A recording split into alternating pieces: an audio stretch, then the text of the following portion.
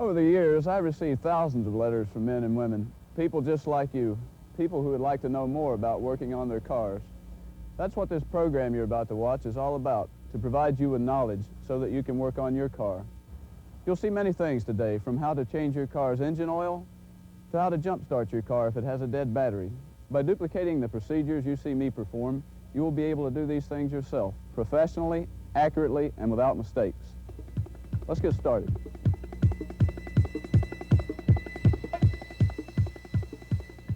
Sooner or later, you'll be confronted with this, a dead battery. When you are, you need to know how to use these. It can save you an expensive tow truck charge. First thing you want to do, and you should carry in your glove compartment safety glasses, or if you wear glasses, then you're okay. But you really should wear glasses when you're working around batteries. On the battery itself will be either a plus or a minus sign, or else there will be an abbreviation such as POS, P-O-S, or NEG, N-E-G. Look for those. In this case, we had the red cables running to this post, and we had the word POS here, so we know that this is the positive post. Okay, first step, hook up the alligator clip to the positive terminal. Make sure you have a good, firm connection. Then, with the other end of this booster cable, go over to the battery that's in the car that won't start. Locate the positive post on that battery. Okay, we see a red cable. That's probably the positive post. Double check. We look for another marking. We see a plus on the battery. We also see a plus here. So we have found the positive cable. We connect the alligator clip. Next step is to make the next two connections. We take our second cable. We gather up both ends so we know where they're at. We connect to the negative terminal of the good battery, like so. Good, solid connection. Now we take the other end of that cable and we go over to the engine of the car with a dead battery. We do not connect the alligator clip to the negative post of the dead battery. Why? Simply to be doubly sure that we don't create any sparks. Where do we connect it? We look to a bare metal piece of the engine. In this case, the bracket to the alternator is a good place. Now, once we have made those connections, our next step is to start the engine of the car with a good battery. Now, the next step is to start the other car.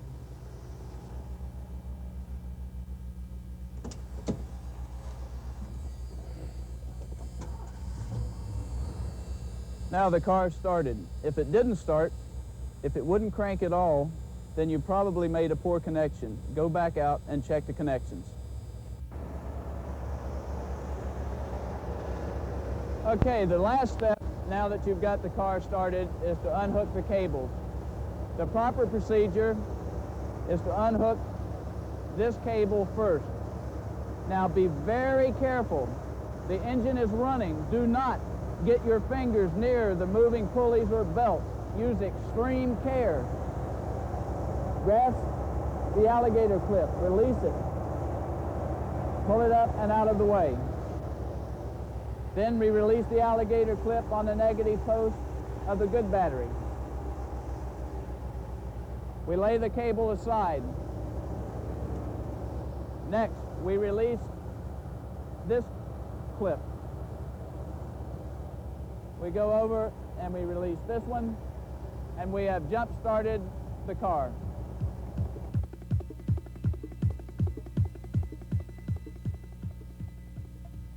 Proper tire pressure is important. Improperly inflated tires can wear much faster than they should. As a result, tire life can be shortened severely, thousands of miles even. Tire pressure should be checked once a week. Some tires have a valve cover, that is the cover that's over the valve stem, which theoretically is supposed to allow you to check the tire pressure without removing the valve cover. This is such a cover, but as you can see, it is difficult to get a good reading this way. In this situation, if you can't get the tire pressure gauge over the valve cover without leaking air, you can't get an accurate reading. If this is the case, then remove the valve stem cover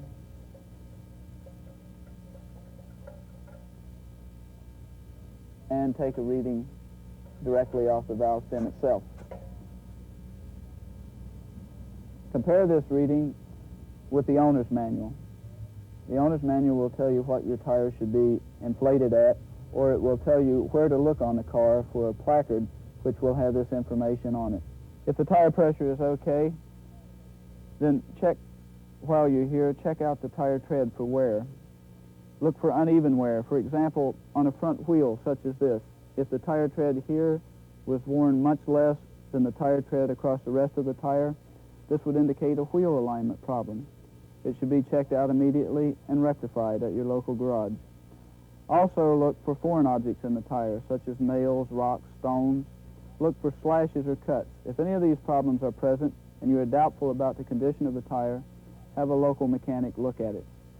Your car's tires are your car's only contact with the road. It's important that they be inflated properly and that the tire tread be in good condition.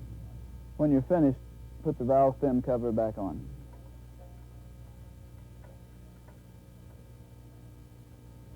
Also check the spare tire.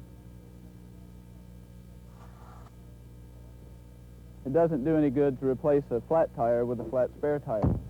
One last thing. Tire pressure should be checked when the tires are cold. That means that the car should not have been driven within the past 3 hours. It's okay to drive this car down to a local gas station that's a half a mile or so away, as long as the car is driven at moderate speeds. But don't check the tire pressures during a long turnpike trip, because the tires will be hot and you will get misleading readings.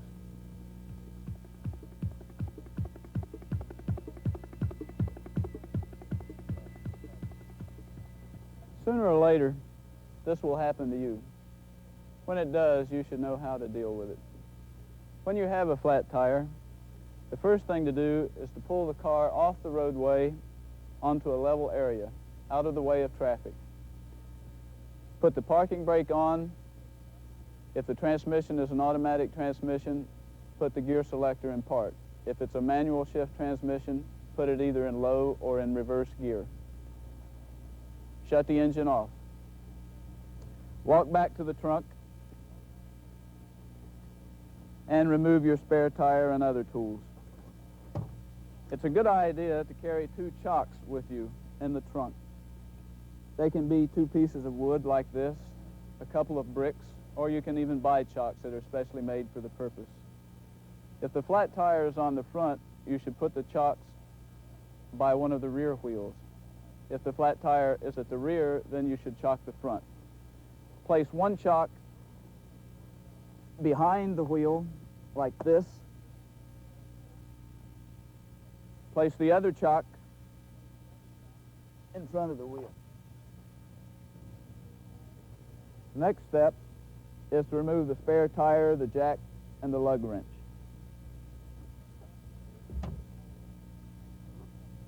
You want to remove the spare tire before you jack up the car, because if you remove it after the car is jacked up, you may knock it off the jack.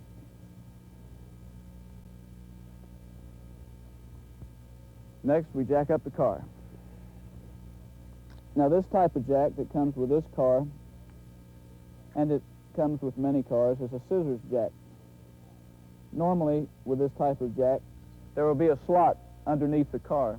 Your owner's manual will tell you where the slot is and how to use the jack. In fact, you should read your owner's manual, follow the instructions on changing a flat tire, and practice it once in your driveway at home before you ever even have a flat, so you'll know exactly what to do. So in this type of situation here, which you have a scissors jack and you have a notch under the car, slide the jack under the car and slowly elevate the scissors mechanism until the jack contacts the slot. Then you jack the car up slightly, enough so that some of the weight is off of the wheel, but the wheel is still touching the roadway. Next step is to remove the hubcap.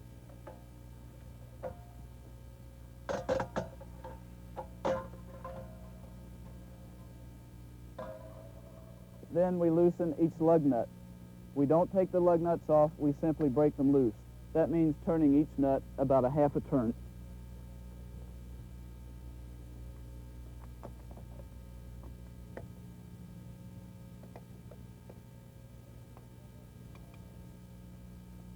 Then we finish jacking the car up.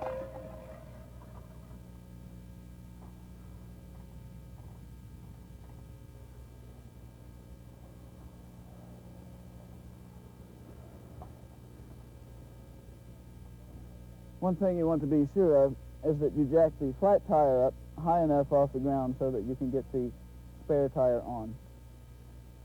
Okay, the next step is to remove the lug nuts entirely.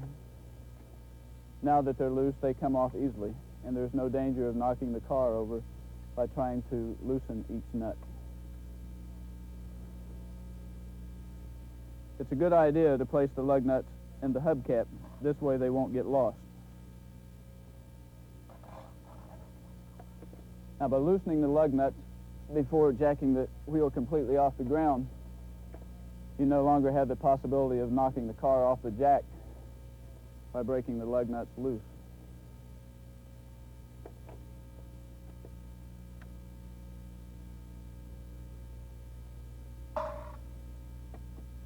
Okay, the next step is to remove the wheel. Now, it's very important when you do this that you don't get your feet or hands directly underneath the car or wheel, just in case the car should fall off the jack. Grasp the tire like this and simply lift up and out.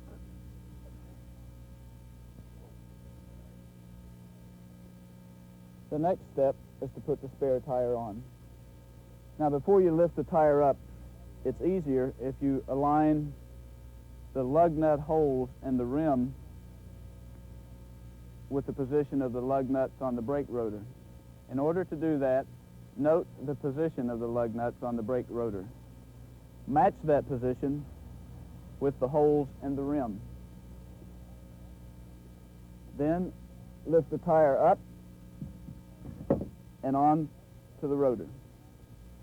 The next step is to put the lug nuts back on.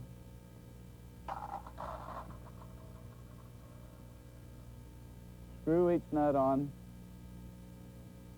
until it's against the rim.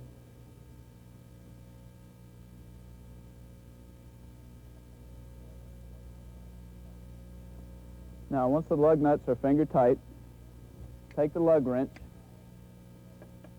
and snug each nut up hand tight with a lug wrench. Now, when you do this with the lug wrench, do it in a crisscross pattern. Go from, for example, from this nut to this nut to this one to this one and to this one. What this does is assure even tightening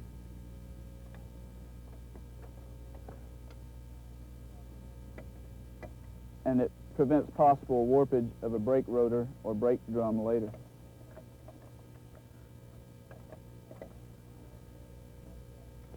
Now, once each nut is snugged up with the lug wrench, the next step is to let the car down so that a little bit of weight is on the wheel so that it can't turn as it can now. When you start to tighten the nuts with the wheel in the air, the wheel will turn. By lowering the weight of the car so the wheel can't turn, this will be prevented.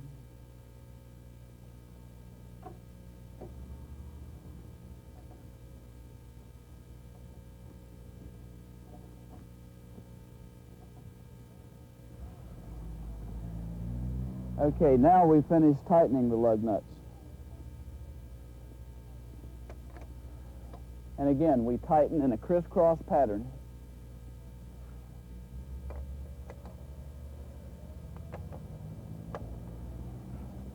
It's best to tighten in increments. About half tight this pass, and then finish tightening the next pass around.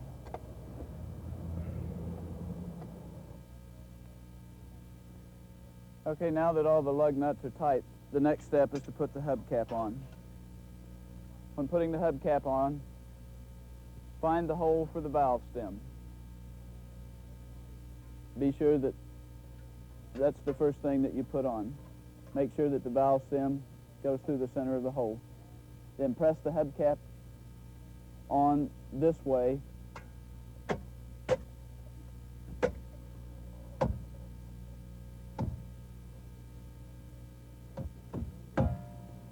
Then once the hubcap is securely on, you put the valve cover back on. And you finish letting the weight of the car off the jack.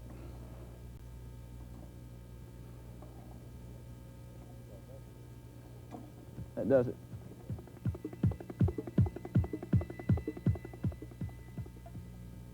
Has your cigarette lighter, radio, heater, or other accessory suddenly stopped working? Very possibly the fuse is burned out. To find out, look at your owner's manual, find the location of the fuse block, go to the fuse block. The fuse block has lettering on it. It will indicate which fuse is for what component. Remove the faulty fuse or the suspected faulty fuse. There are various ways of doing this. One easy way that often works is with a bag tie such as this. Wrap the bag tie around the fuse and simply pull it out. Replace the suspected bad fuse with a new fuse. Simply place it thusly and push in. Now, if the component works, you know the fuse was burned out. If it doesn't work, have a mechanic check further. A type of fuse that is found on many newer cars is the plug-in blade type fuse, such as you see in the fuse block here. This type of fuse is much easier to remove than the barrel type fuse that we saw previously. To remove this type of fuse, you simply pull it out. Be sure when you replace a suspected bad blade type fuse that you get a fuse of the same electrical rating as the fuse that you removed. Note that the amperage rating, which is an electrical term, is marked clearly on the front of the fuse. To replace the fuse, simply plug it back in.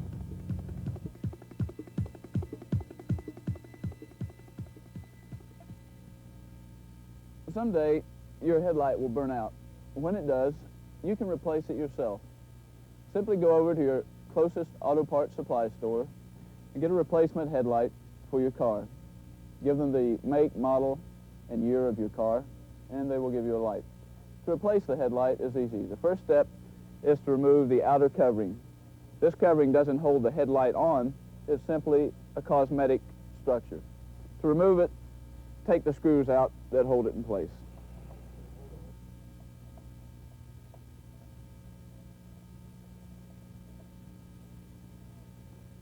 Okay, once you've removed all the screws that hold the cover on, simply lift the cover out, and if any bulbs or wires are attached to the cover, simply remove them.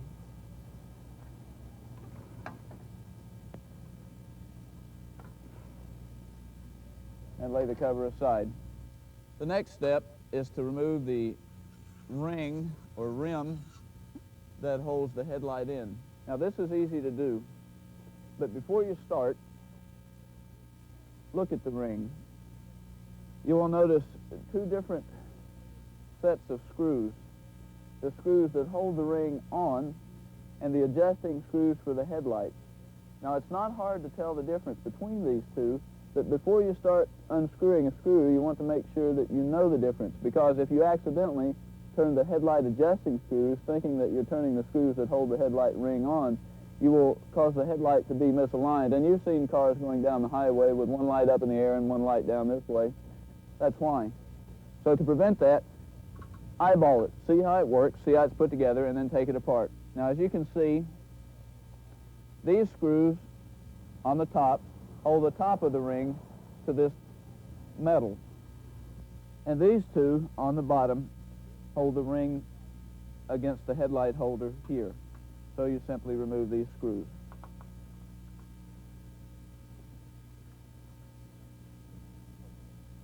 Now, once the hold-down screws are removed from the ring, you simply lift the ring off. Now the headlight can simply be pulled out.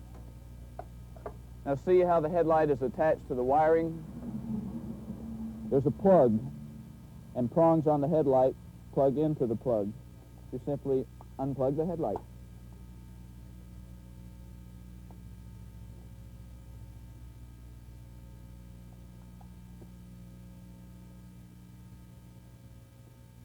and replace it with a new headlight.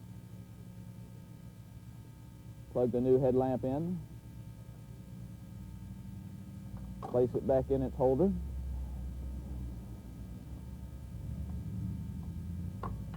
put the ring back on,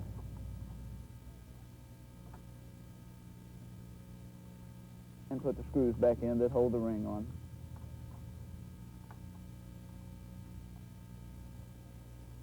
Once you have the screws that hold the ring in place on and tight, it's time to put the headlight cover back on.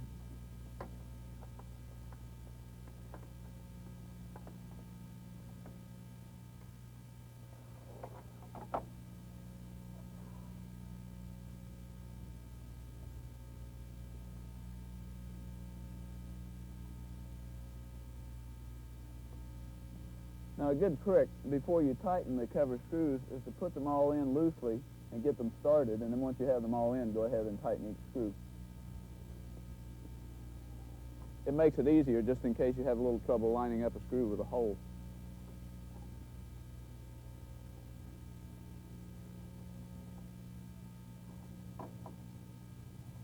Now, once you have all the screws in, simply tighten them, and you're done. Burned out taillights are easy to replace too. Basically, there are two ways of removing a taillight bulb. Some you remove by taking the outer lens off, and others you take out from the inside. First, we'll look at the type that you remove the lens. All you do is remove the screws that hold the lens on.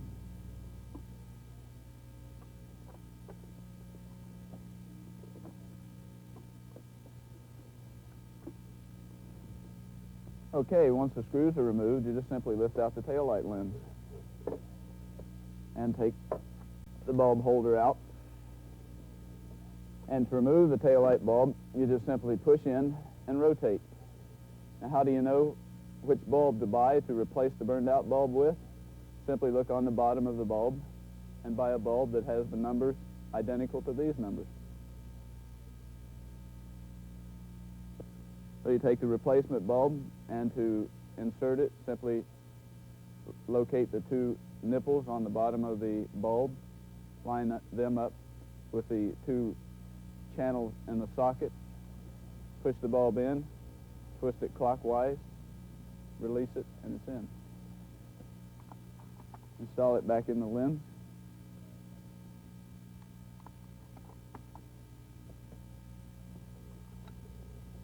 And put the lens back in place. Then simply put the screws back in and tighten them. Again, as we did in the headlight, it's best to start all the screws by hand and then finish tightening them after you have them all in, just in case you have trouble lining up a screw with a hole.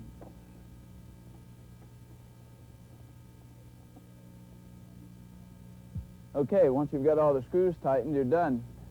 Now let's take a look at the type of taillight bulb that you remove from the inside. Okay, with the type of taillights you remove from the inside of the trunk, you just simply open the trunk to gain access and remove the taillight. Removing the taillight bulbs is easy. Now notice in this situation there are 4 individual bulbs. This bulb is the backup light. This bulb is the turn signal light, and these 2 bulbs are the taillight bulbs. Removing any of the 4 bulbs, the procedure is exactly the same. Simply rotate the bulb holder and pull it out. To remove the bulb, you simply push in and rotate just as you did in the other bulb. To reinstall the bulb, you simply line up the 2 protrusions on the base of the bulb, push the bulb in the socket, rotate, and release. To put the bulb back in its holder, that's all there is to it. Now, to remove the taillight bulbs over here, it's exactly the same thing. Rotate, pull out, push in the bulb, rotate, pull it out. How do you know which replacement bulb to get? Simply look on the bottom, buy a bulb with exactly the same lettering or numbering on it, and you can't go wrong. Put the replacement bulb in. Okay, and you've got it. That's all there is to it.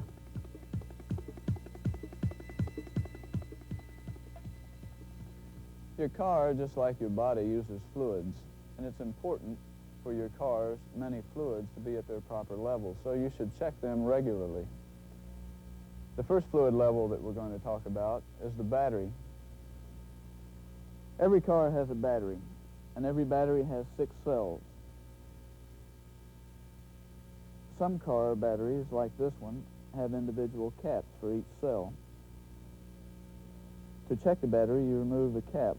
Some caps pull off, as do the caps on this battery. Other caps screw off, and some lift off. When you remove the battery caps, place them on the battery. Don't place them on the fender. The battery acid that's left on this cap, if it gets on the fender, can destroy the paint where it touches the paint. And again, you don't want to have to pay for a paint job on the fender just because you were doing a simple thing like checking the battery.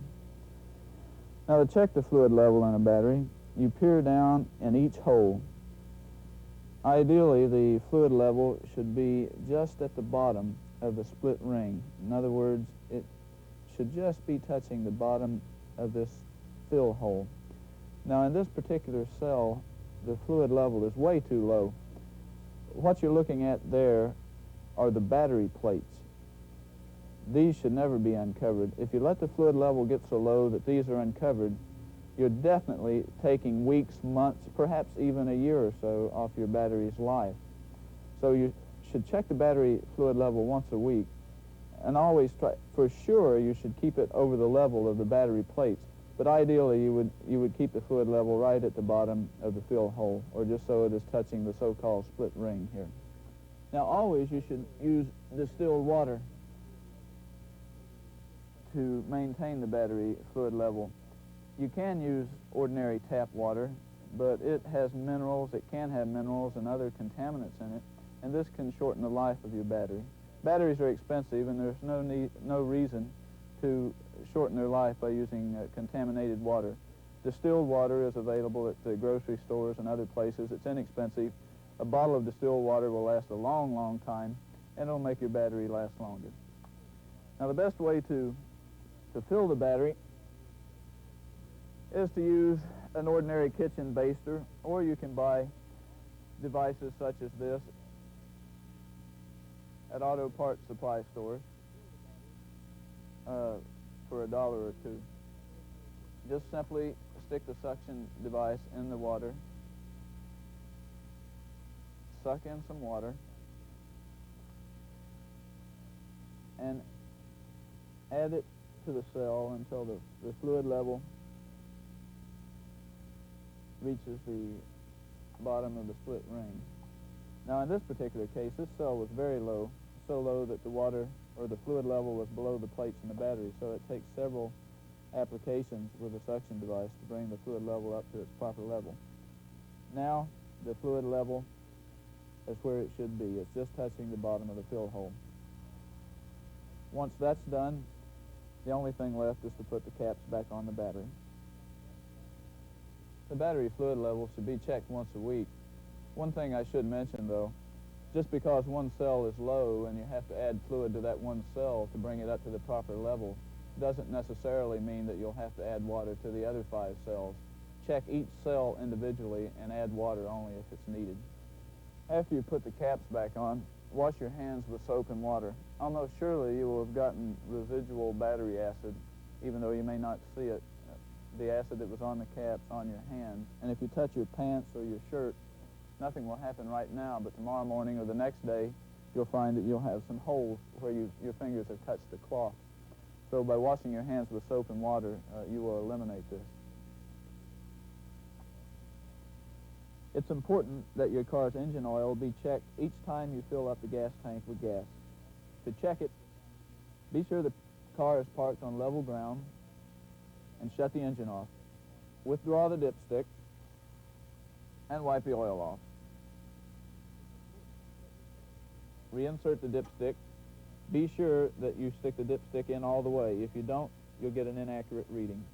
Withdraw the dipstick again and note the oil level. In this case, the oil level is too low. As you can see, it's below the add oil mark. If it's below the add oil mark, anywhere below this area, you must add oil. You should always maintain the oil level between these two marks, between the add oil mark here and the full mark here. Failure to maintain the proper oil level can drastically shorten the life of your engine. To add oil, you need either a funnel and a can opener or an oil spout like this. An oil spout is the easiest to use. To use it, be sure the quart of oil is placed on a firm surface and stick the oil spout in the can, like so. To add oil, you simply remove the oil fill cap from the valve cover and stick the oil spout in. Now, one thing that it's important to bear in mind when adding oil is that modern engines have more than one cap in the engine compartment. For example, there's the radiator cap, there's a coolant recovery reservoir cap, and there can be other caps. So be sure that the cap that you remove to add the oil is the oil fill cap. Now, on most cars, the oil fill cap is located in the valve cover, and if you're unsure where the valve cover or the cap is, then be sure you ask somebody who knows before you remove the cap.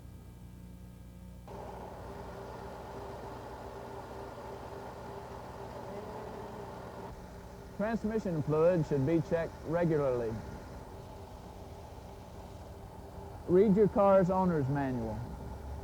Most manuals have an index in the back. Look at the index under the section for automatic transmissions. Turn to the section on automatic transmissions and read the material. Follow the maker's instructions for checking the fluid level. In general, the engine must be at operating temperature, the engine must be idling, and the transmission gear selector must be in either park or neutral. Follow the maker's instructions. Withdraw the dipstick.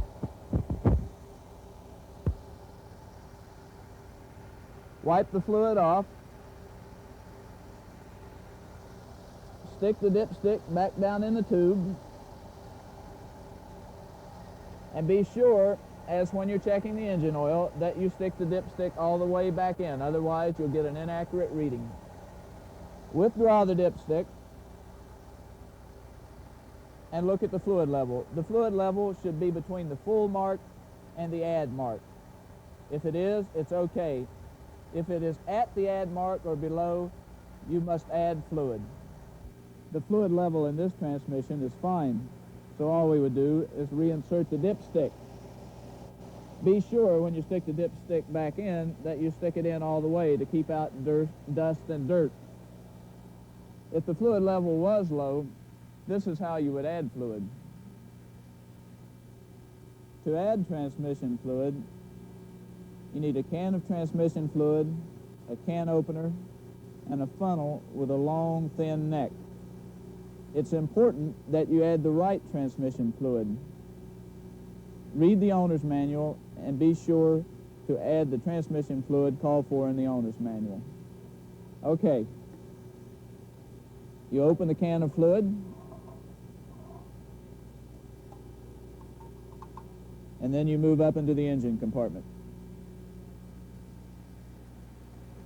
Now, the fluid is added at the same place that the dipstick is held, that is, in the dipstick tube holder. You stick the funnel down in the dipstick tube holder and add fluid gradually. Add a little bit at a time. Remove the funnel and reinsert the dipstick.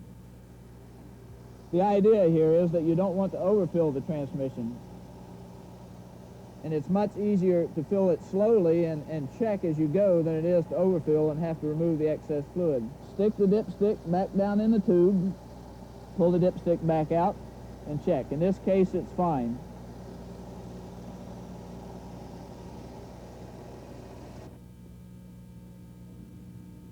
Power steering fluid.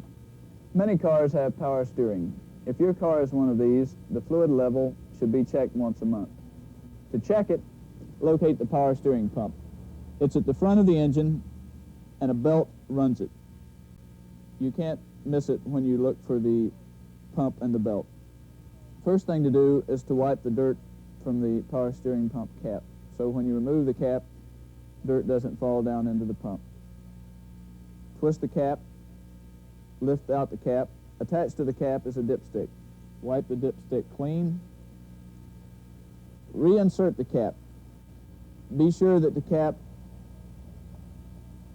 goes all the way down in the pump. Remove the cap and check the fluid level.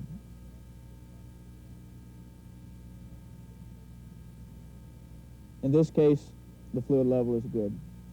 So we would stick the cap back in. As long as the fluid level is between the add and full marks, it's okay. If it's at or below the add marks, we would add power steering fluid. The fluid level in this power steering pump was okay. But if it was low, you would want to add the power steering fluid called for in the owner's manual. Be sure and use only the fluid that the owner's manual recommends. If the fluid level was low, this is how you would add fluid. You'll need a long neck funnel and, of course, the can of power steering fluid. To add the fluid, the cap on the power steering pump would be removed, of course. You would insert the end of the funnel in the opening in the power steering pump, and you would add a little fluid. As when adding the fluid to the automatic transmission, you would add just a little fluid at a time and then recheck the fluid level.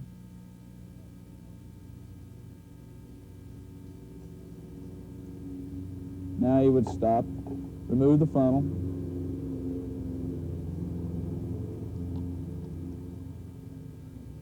stick the dipstick back down in the power steering pump. Again, be sure that the dipstick goes in all the way, withdraw it, and look at the fluid level. In this case, it's good. You would reinsert the dipstick and tighten. That's all there is to it.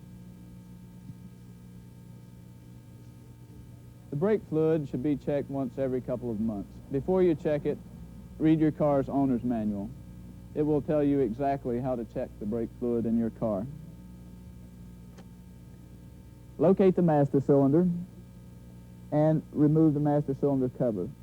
Some master cylinders have a single cover which is held on by a wire bail.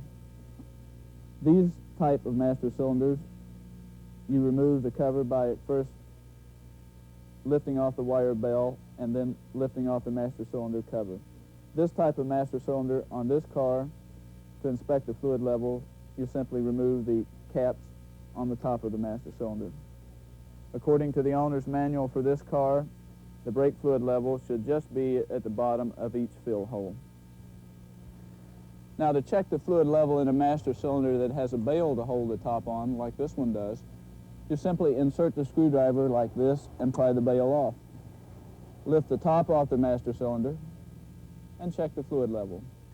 In this case, the fluid level is low in the rear and slightly low in the front. It should be, in both reservoirs, it should be about 1/4 inch from the top of the master cylinder.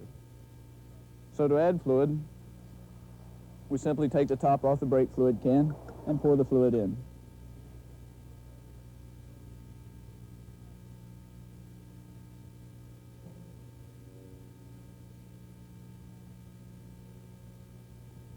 Then we put the top back on, and we put the bail on.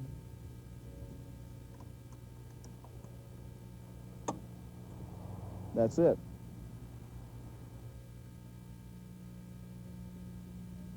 You should check the coolant level in your car once a week. Coolant, which is a mixture of antifreeze and water, circulates throughout your car's engine to keep it from overheating. It's important not to let the coolant level fall too low, because if you do, engine overheating and even serious engine damage can occur. To check the coolant level, you look in the coolant recovery reservoir. To find the coolant recovery reservoir, look at the radiator cap, which is on top of the radiator. Follow the hose that runs from the fill neck of the radiator to the coolant recovery reservoir. On the coolant recovery reservoir will be two marks, a minimum mark and a maximum mark. You want to keep the coolant level in between those two marks. If the coolant level is low, you simply lift the cap off the coolant recovery reservoir and pour in water until the fluid level reaches the mark indicated on the coolant recovery reservoir. Now, most modern cars have this kind of cooling system, that is, the system with a coolant recovery reservoir. But many older cars still on the road don't have the coolant recovery reservoir. In this case, they have the radiator cap and a hose or tube that runs out from the fill neck of the radiator and down the side of the radiator. So if you have this kind of car, you have to check the coolant level in a different way. You must remove the radiator cap and peer down in the radiator. Now, it's important, if you check the coolant level this way, that the engine is absolutely cold, because otherwise you may be burned by hot coolant that may escape when you remove the radiator cap. So let the engine set for several hours until it's completely cold, then remove the radiator cap, look down in the radiator, and check the coolant level. If the coolant level is low, add water until the fluid level is at the bottom of the radiator fill neck. One last thing. Once every 2 years, replace all the coolant hoses and replace the belts. That means both the upper and lower radiator hoses, the two heater hoses, and a coolant bypass hose if your car has one. Also at this time, drain the coolant, flush the cooling system, and add new coolant. Coolant, of course, is a mixture of water and antifreeze. By doing this, you will keep your cooling system in optimum condition.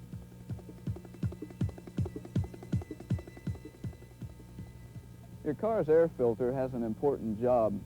It removes dust and dirt and foreign particles from the air, particles which could rapidly wear your engine out if they're not removed. You should check the air filter once every 6 months. Here's how to do it. First step is to remove the wing nut that holds the top of the air cleaner housing on.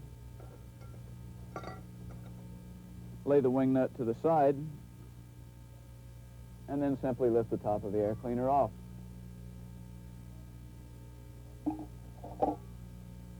The air filter is removed by lifting it out. Okay, the way to inspect the air filter is to hold it up to a bright light, sunlight, room light. Look at the inside of the air filter. You should see light through most of the air filter. If you don't, the air filter is dirty and it should be replaced. Now, this air filter, as you can see, is dirty. There's no light shining through. It needs a new air filter. Now, the new air filter, as you can see, is clean and it's easy to see light through. Notice when I put my hand over the light and block the light. Then you reinstall the air filter. All you do is just lay it in the housing, like so. Put the top of the air cleaner back on, and put the wing nut on, and tighten it. That's it. Now you've done your car's engine a big favor. It can breathe clean air again. When you replace the carburetor's air filter, at the same time you should also replace the crankcase breather filter. Now, on many cars, the crankcase breather filter is located in the top of the valve cover, as it is here. If that is the case with your car, then you simply remove it by pulling it out of the valve cover, and then you remove it from the hose by twisting and pulling out. Replacing the crankcase breather filter is easy. Simply insert it in the hose like this, and slip the other end back in the valve cover. Now, each time you check the air filter, you should also check the PCV valve. The PCV valve is important. It's easy to check. Simply remove it by pulling it out of the valve cover. Remove it from its hose. Shake it. And if it rattles, it's probably okay. But as a last check, stick it back in the hose Start the engine up, let the engine idle, and put your thumb over this hole. If you feel a strong vacuum, then it's okay. Reinsert the valve, and you're done. At each engine tune-up, however, automatically replace the PCV valve, even if it checks good. Another type of crankcase breather filter is this type. It's located inside the air cleaner housing. It's easy to remove and it's easy to replace. There's a clip on the outside that holds it in. You simply remove the clip.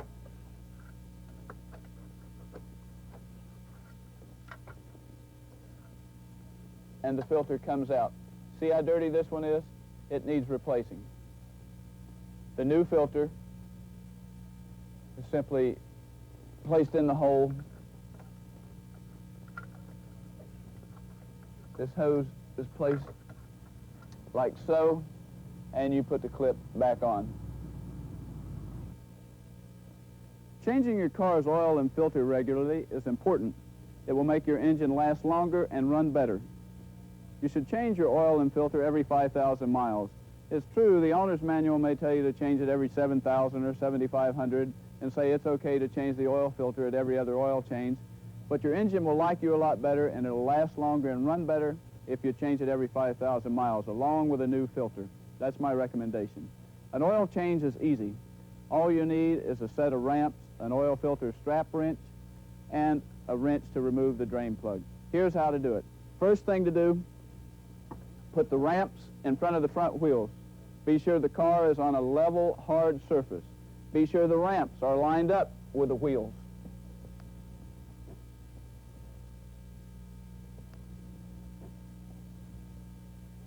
Okay, after you have the ramps lined up, it's time to drive the car up on the ramps.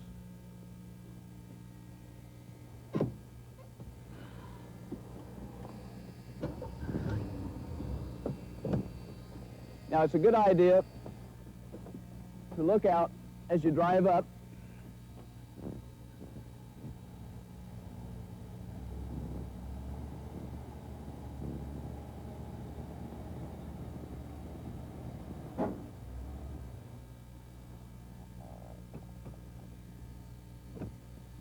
Now, put the gear shift lever selector in park if it's an automatic transmission.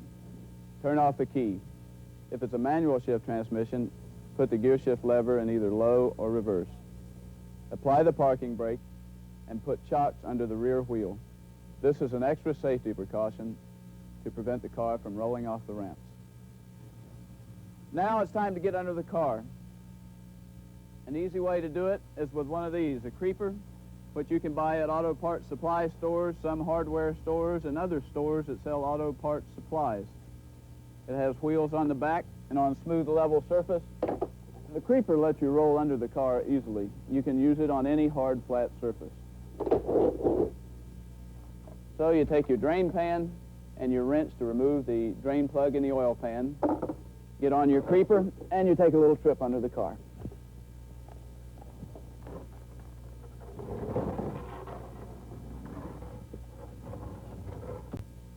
Slide your drain pan over underneath the drain plug. Loosen up the plug with your wrench. Now the oil should be hot. That's important because when the oil is hot, when the oil comes out the drain hole, out will also come dirt, dust particles, and other sludge that has accumulated. If the oil is cold, a lot of that dirt and sludge will remain in the engine, and that's not good. Okay, it's okay to, once the nut is loosened, to twist it out with your fingers.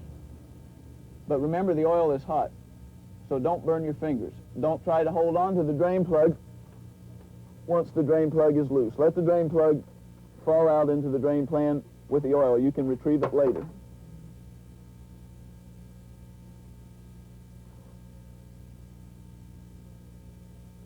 Once the oil is drained out, retrieve the drain plug from the oil drain pan, clean it off, and inspect it. Notice that it has a gasket. The gasket may be metal, as it is in this case, or it may be plastic or fiber. In any case, make sure it's not cracked, chipped, or missing. If it's not, then replace the drain plug. Usually the gasket is okay. If it is bad, you can ordinarily buy a new replacement gasket at a local auto parts supply store. Sometimes you may have to buy a new drain plug. But as I say, usually the gasket is okay. All right, now reinstall the drain plug. It's okay that the oil is still dripping a little bit, but you want to let it drain long enough till most of the oil is gone. A little drip now and then doesn't matter. All right, let's put the drain plug back in. It may take a little bit of effort to get it threaded right. Don't force it. Be sure that it screws easily. It's a screw just like that, no problem. Screw it till it's finger tight. If your hands are dirty, you might want to wipe them off before you use the wrench.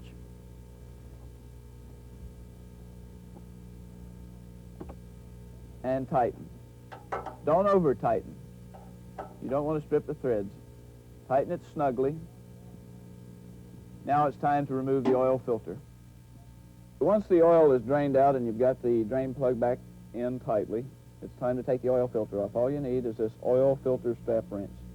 To do it, you simply put it on the filter and twist the filter loose. Be sure that your drain pan is underneath so that when the oil starts to drip, if it starts to drip, it will drip in the drain pan. Once the filter is loose, then you can turn it by hand the rest of the way. Keep the filter upright as you bring it down because there's still quite a bit of oil in it, and dump the oil in the drain pan. Now dispose of the filter. Before you install the new oil filter, be sure that the area on the engine where the oil filter fits against is clean and free of any gasket material. Just check it. If it has any foreign substance there, be sure you scrape it off. If it's clean, as this one is, then put the new oil filter on. You should rub some oil around the rubber gasket that's on the end of the filter. This will make it seal good when you screw it on. You can use a little bit of the old oil. Just simply dip your finger in it and rub it around the gasket like this. This will ensure a good seal when you screw the filter on. Now you screw the filter on.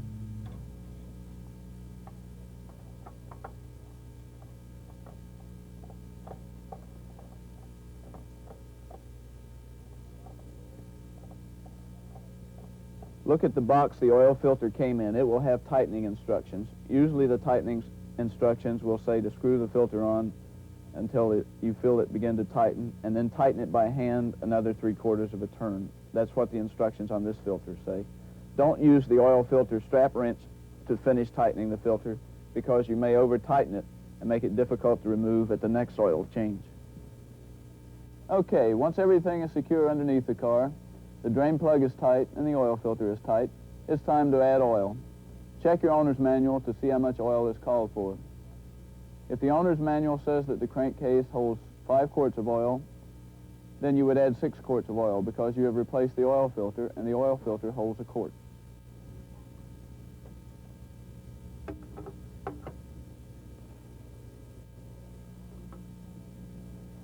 Okay, once you have added the oil, you're done. The only thing that remains is to drive the car off the ramps, let it idle for 5 minutes, and look underneath while it's idling to make sure that no oil is leaking. If there is some oil dripping down, probably the filter needs tightening just a little bit more. Okay, the last thing is disposing of the oil. To do that, you need a few empty detergent bottles or other plastic bottles, a funnel, and a plastic freezer bag or saran wrap or something similar.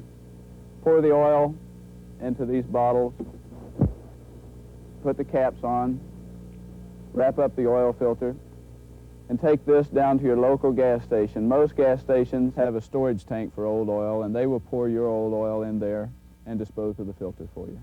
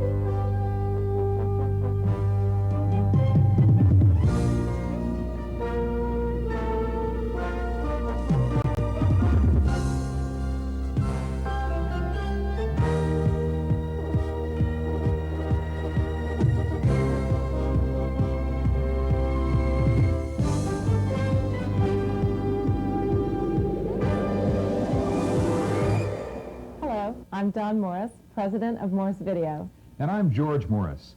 Thank you for watching our program. We hope you found it helpful and fun to watch.